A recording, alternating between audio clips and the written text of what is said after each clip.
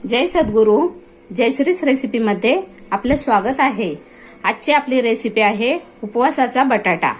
त्यासाठी लागणारं साहित्य: बटाटे, शेंगदाणे, हिरवी मिरची आणि अद्रक, मीठ. आपण मिक्सरच्या भांड्यामध्ये शेंगदाणे घेऊया. हे शेंगदाणे भाजलेले आहेत आणि मी सालं काढलेली नाहीये. सालामध्ये जीवनसत्व असतात.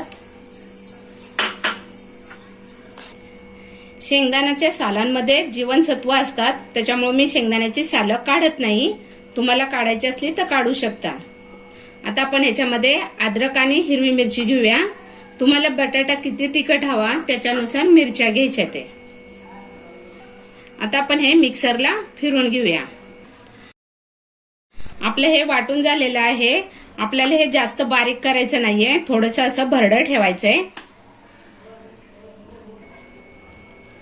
आता आपण कढई गरम करायला ठेवलेली होती.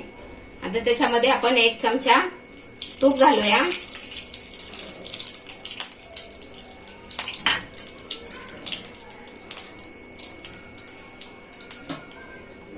आणि त्याच्यामध्ये आपण हे शेंगदाणा मिरचीचं जे मिश्रण केलेलं आहे ते परतायचे त्याच्यामध्ये आपल्याला. त्याच्यामध्ये आपण चवीनुसार मीठ घालूया.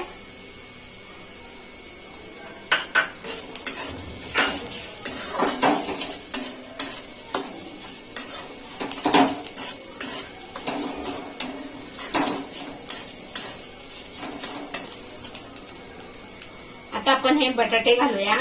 हे बटाटे मी उकडून घेतले, 3 शिट्ट्या केलेल्या आहेत आणि त्याच्या फोडी करून घेतलेल्या आहेत. सालं काढून फोडी करून घेतलेल्या आहेत.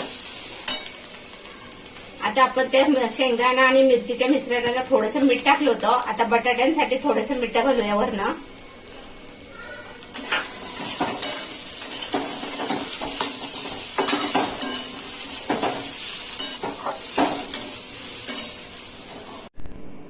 तुम्ही उपासाला जर जिरे खात असाल तर तुम्ही जिऱ्याची फोडणी देऊ शकता आणि कोथिंबीर खात असेल तर कोथिंबीरही घालू शकता.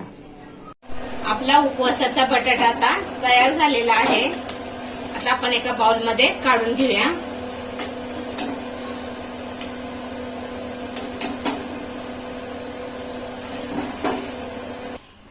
तयार आहे आपला उपवासाचा बटाटा. तुम्हाला ही रेसिपी आवडली असेल तर चॅनलला सबस्क्राईब करा, व्हिडिओला लाईक करा आणि नोटिफिकेशनसाठी बेल आयकॉन दाबा.